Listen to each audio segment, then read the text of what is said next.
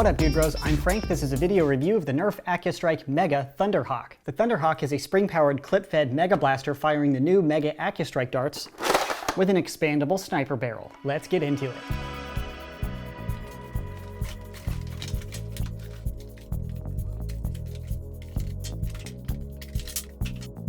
Included is the blaster, the bolt handle, clip, Mega darts, and the instructions. Installing the bolt handle is very simple. You slide the bolt through and thread on the other handle.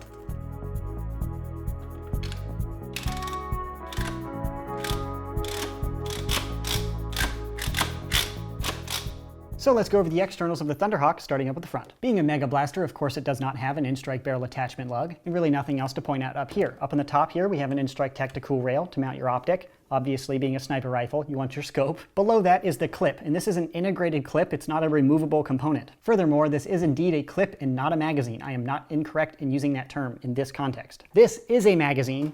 This is a clip. The clip starts in the left position, and as you fire, it feeds through the blaster like that. The clip holds 10 rounds, and you can front load it very simply like this. This is the first Accustrike Mega Blaster, which includes the new Accustrike Mega Darts. They're pretty much the same size as normal Mega Darts, but the tips are very different. They're flatter and obviously gray instead of orange. My firing demo includes firing both types of darts. The new Accustrike darts are way more accurate than the old Mega Darts. And great news, the Thunderhawk can work with both types of blasters, and these Accustrike Mega Darts even work in the Centurion, which kind of surprised me because the Accustrike darts fed just fine in the Centurion with that breaching system. All 10 barrels are exposed for reload when you push the clip through like this.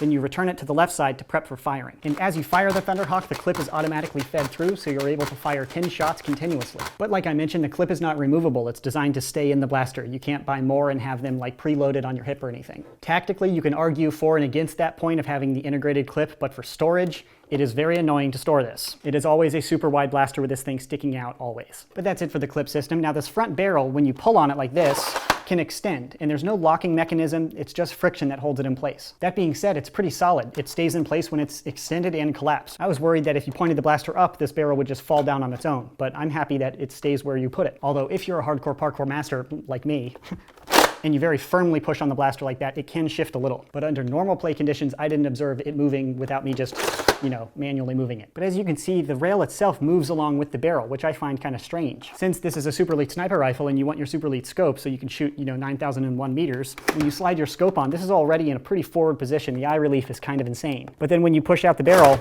it gets even further away from you. I mean, that just looks ridiculous. I mean, this whole blaster looks ridiculous, to be honest, but that's even more ridiculous. Underneath the blaster is a built-in bipod. This is not a removable bipod like the Centurion. This one is integrated into the shell. To use the bipod, you can just pull down on the legs like this, and now it's out. The bipod holds its position as well as the other bipods by Nerf. I mean, it is a plastic toy, but it's fairly stable. It'll stay out if you want it, and to put it back, it's very simple just to push on it. And it doesn't have a locking mechanism or any button. You can just manually push on it and it folds. To the bolt handle, this is a spring-powered blaster. To prime, you pull back and then push forward.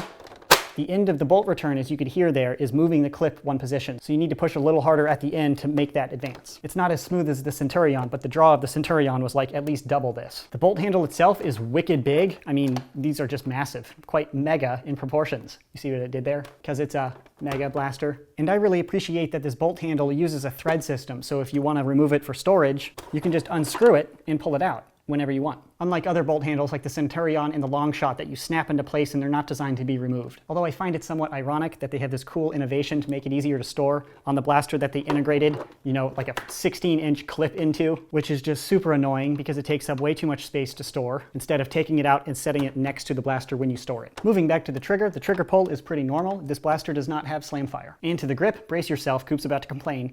It's a terrible grip. It's way too small. The thumb hole nature is just awful. It cramps your hand. The proportions of that compared to the rest of the blaster are just really weird. It's way too little, and it's really damaging to the play experience with Thunderhawk. The balance of the blaster is just weird, and it's all coming down to this grip. It's just uncomfortable to hold. With this much weight, the blaster wants to fall into the top of your middle finger, which rests right here, and there's like relatively sharp, uncomfortable, like linear plastic. It's not filleted like the rest of the grip. So after just a few minutes of firing through my testing procedure, I started getting annoyed and my hand started getting, like tender. Granted, most Nerfers don't sit still and shoot a blaster a few hundred times to test it out, but they've made much better grips than this. Heck, the Centurion grip was a far superior design. The proportions of the rear end here are just really weird and not comfortable. This blaster is going to be uncomfortable for a small Nerfer to use anyways because it's so big. So it's like the grip in the stock length, at least, is built for like a 10-year-old, and the rest of the blaster is built for like a 16-year-old, and they just need to make up their mind on who's supposed to use the blaster. It's too big for little people, and it's too cramping back here for big people, so I don't think anybody will comfortably use this blaster. Unless you're a really big dude with really small hands, then this is perfect for you.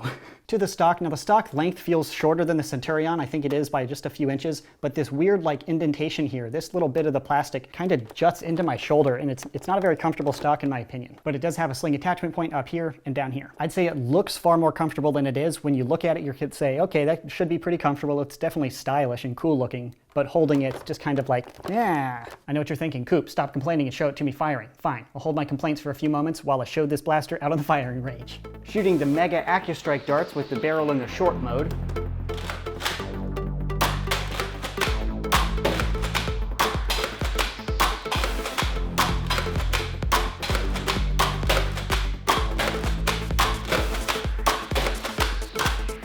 Now going sniper mode.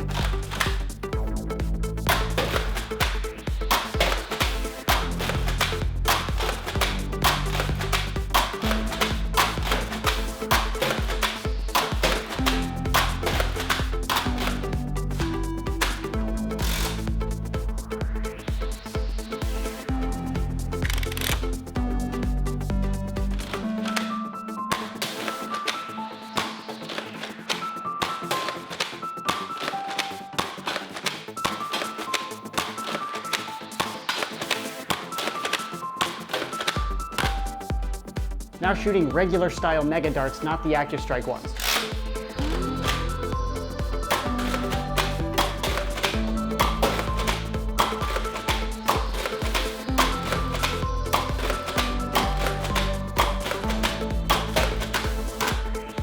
Very big accuracy difference, as you can see.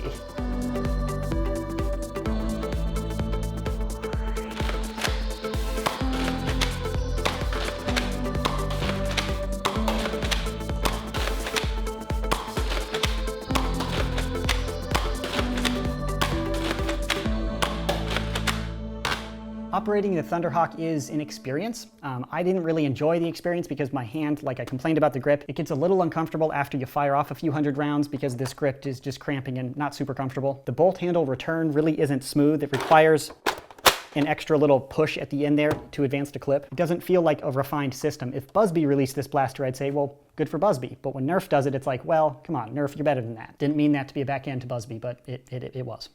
But outside of the usage, the performance is pretty solid, especially with the Accustrike MEGA darts. They are pretty precise, far more so than the standard MEGA darts, as you could probably see in my firing demo. But the firing velocity out of the new Accustrike MEGA darts is also a little low, so I put the Thunderhawk up on my chronograph, and with the included Accustrike MEGA darts achieved an average velocity of 66 feet per second. But it's a new projectile, so to accurately compare it to other MEGA blasters, I also chronoed it with regular MEGA darts and achieved an average velocity of 77 feet per second, which is pretty solid for a MEGA blaster and in line with other MEGA blasters on the market right now. The accuracy difference surprised me a little bit. Now at a muzzle velocity, the aerodynamics of the projectile aren't as relevant as you might think. If I chronoed at like 30 feet instead of right out of the muzzle, a flat tip like that might slow down the projectile to make that velocity slow. But 77 to 66 FPS is a pretty drastic drop off, especially since I weighed these projectiles and the normal MEGA darts are weighing about 2.5 grams, where the new Accustrike MEGA darts weigh about 2.6 grams, only 0.1 gram. Not too much mass has been added. So I find it quite interesting that the Accustrike MEGA are shooting so much slower. However,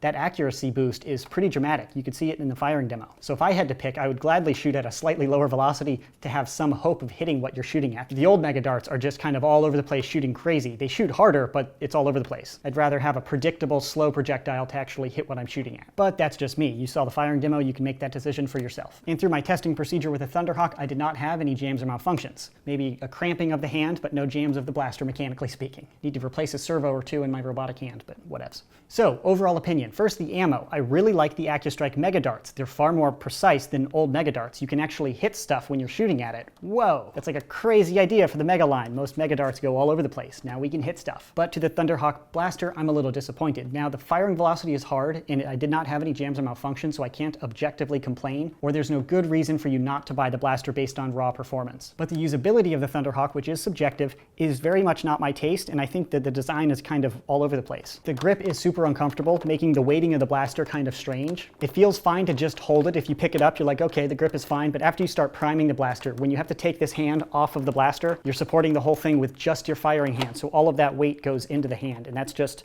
an uncomfortable area. And I even imagine that's uncomfortable for people with like smaller hands. I'm not just a big hand complainer here. That's just a cramped area in general. But the extra mechanical slop on the bolt return in order to advance the clip just feels, you know, second rate. It doesn't feel like a Nerf blaster. I assumed this integrated clip was in order to make sure the Accustrike darts could feed, but I fed these through my Centurion, which uses a spring-loaded magazine, and it fed just fine. So I don't really know why they went with the clip system. They used a similar clip in the Battle Scout, which I complained about because that clip kind of jumped out of the blaster when you emptied the clip, which was really annoying. And one solution to that is to just lock it into the blaster to make sure the user can't pull it out. Then it can't accidentally jump out. But storing the blaster with this wicked big thing just hanging out, and I mean, it's always in the way, is kind of a nuisance. Granted, compared to the Centurion, you're able to collapse the barrel in order to make it a smaller package for storage, which is a benefit. That feature with the screw-off bolt handle, it would have just made it much easier if you could pull the clip completely out of the blaster. Even if you had to like push a button to completely eject it, so when you're playing, the clip is designed to be in the blaster, but when you're done, you can push the button, pull it out. That type of system would kind of be the best of both worlds, so your clip isn't jumping out of the blaster,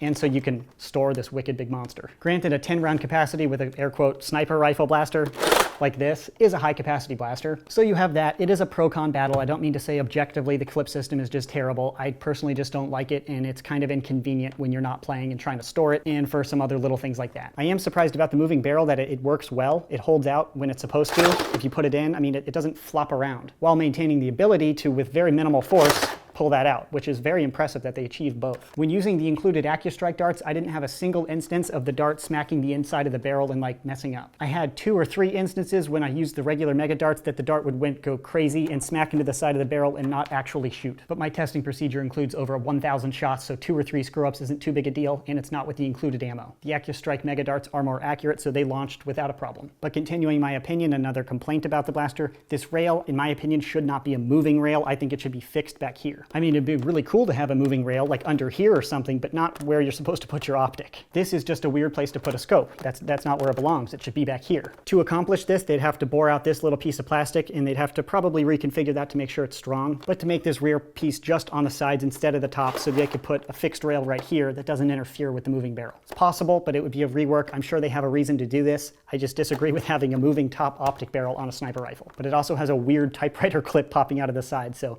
this is a pretty weird blaster anyways. So again, objectively, it didn't jam or malfunction. The performance is in line with other Mega blasters. If this is your style, I would say check it out. My personal opinion, for the reasons I just articulated, is pretty negative on the Thunderhawk. It feels strange to say, but I would actually prefer the Centurion.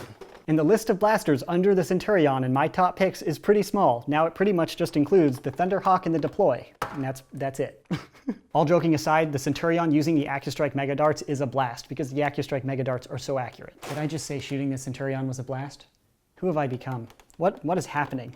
Ugh. If you've seen a few of my reviews, I'm sure you could guess that I wasn't going to like the Thunderhawk just based on what it's trying to accomplish. So hopefully I've laid out all of the objective information and shown you the firing demo so you can make that purchase decision for yourself. Hasbro is nice enough to send me this early sample before its launch, but when it becomes available, I'll put a purchase link in the description box below. And again, the Thunderhawk will retail for $49.99 or about $50 US, and it's coming in fall of 2018. So that concludes my review of the Nerf Accustrike MEGA Thunderhawk. Thanks so much for watching, bros, and as always, stay tactical. What up, dude bros? I'm Frank. This is a video review of the Nerf Accustrike MEGA Thunderhawk. Hawk. Hawk. Whoops.